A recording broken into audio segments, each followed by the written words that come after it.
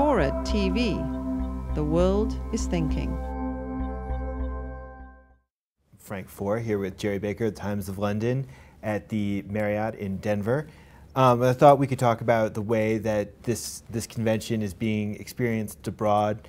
One thing I'm interested in is Obama goes and takes this this glorious tour of Europe, and it really flopped here. It gave him no bounce in the polls, and it seemed to confirm a lot of impressions that he probably wouldn't rather have confirmed. How did it play in Britain and the rest of Europe? Well, if Obama were running for Prime Minister in Britain, if he were able to, he would win with a landslide. Well, he would be running against Gordon Brown, which isn't really a fair contest. Anybody, David Cameron, everybody. I mean, Obama is this astonishing figure. Everybody wants to touch the hem of his garment and sort of hope to get some kind of magical boost to their own prospects. He's very popular in Britain. People have followed this campaign from the start with extraordinary interest. I've followed, this is my 4th presidential election campaign, far and away the most excitement, not just in Britain, but in Europe generally. I think that's partly because people so strongly dislike George Bush. They're they're waiting urgently for deliverance from what they see as the disaster of George Bush. And of course, there's just this very exciting narrative of this first African American and his ability to get to the White House. So there is real excitement, real interest, and real enthusiasm for Bush. For Obama, I would guess the vast majority of British people could not tell you even the name of Barack Obama's opponent. I mean, now that, I have to say, getting onto one of my favourite subjects, that may reflect to some extent the absurdly favourable coverage he gets in the media. I mean, if people complain about it here in this country, they should see it in Europe. I mean, he really is portrayed as the new saviour. I actually quite seriously think that Europe, a continent which is sort of post-religious, sort of secular, kind of no longer really believes in God, is desperate for things to believe in, and one of them, quite frankly, is Barack Obama. I think other than the obvious, he's not George W. Bush. What is it that has caused Europeans in Britain to invest such mystical significance in the guy?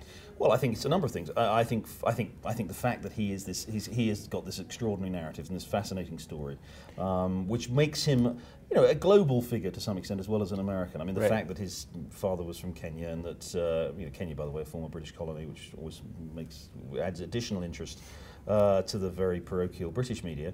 The fact that he also spent some time in Asia. That at a time when America's reputation in the world is low, that someone could come along with this kind of cosmopolitan background and be president. That's one thing that I think excites people. Well, as an American, the gratifying thing to watch is that despite all the major structural differences that impede European American relations from returning to some sort of Cold War state of friendship, there's still this craving for the good America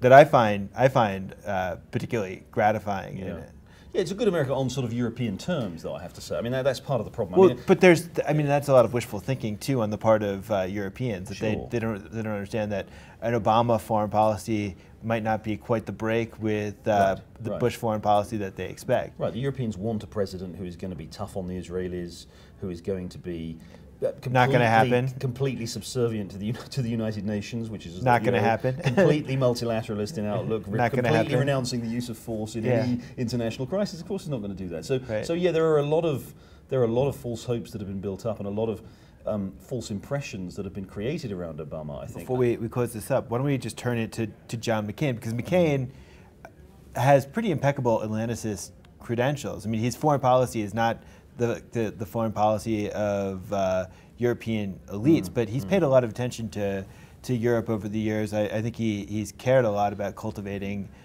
friendships across the ocean, but that doesn't seem to have paid off for him in any sort of palpable way. I think there's a big difference between government level and popular level. I think governments and people who've been involved in government in Europe in the last 10 years know John McCain quite well and really quite like him. I mean, as you're absolutely right, he's made a big effort. He goes to Europe at least once a year. And he has good relations, and he's got, everybody knows what John McCain's like. He's an engaging guy. Yeah. He's also smart and very knowledgeable about foreign affairs in a way that I think Europeans think that George Bush isn't.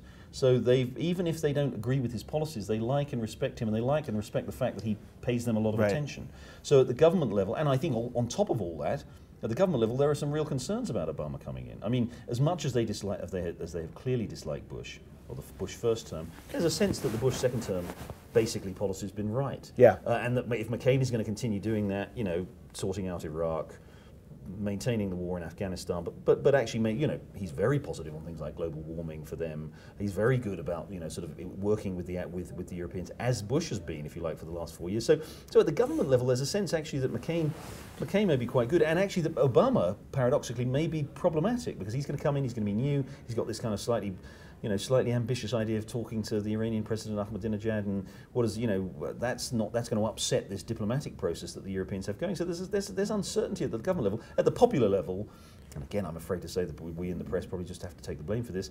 There's a sense that McCain's just another Republican like Bush, and he's going to be like Bush, and he's another stupid warmonger, and he's going to go and invade countries, and they don't like that. So there is a big disconnect, I think, between popular views and governmental views.